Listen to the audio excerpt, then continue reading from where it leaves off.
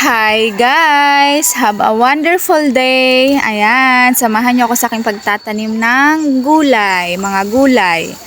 Kailangan nating magtanim ng gulay para may magulay tayo na mga organic. Ayan, mas masarap yung gulay na organic, di ba?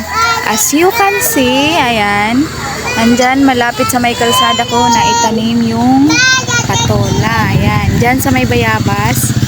Para dyan siya kumatay. Dyan diha siya mukatay. Para dili na kumuhimo og katayan. Diha na siya sa bayabas. Ayan, itanim natin yung patola. Ito naman ay kalabasa.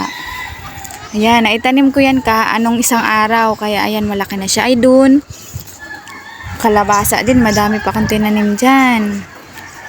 Doon naman sa dulo ay mga talong. Diyan ko na itanim yung talong. Dun sa kabila, meron din ako na itanim dyan na patola.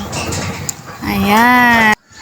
Dito lang yan guys sa aming bakuran, sa likod ng aming bahay. Yung mga yan. Ayan. Ayan yung talong. Ito yung bulaklak niya. Oh. Malapit na yan mamunga. Thank you for watching. Bye-bye. Sana nag-enjoy kayo.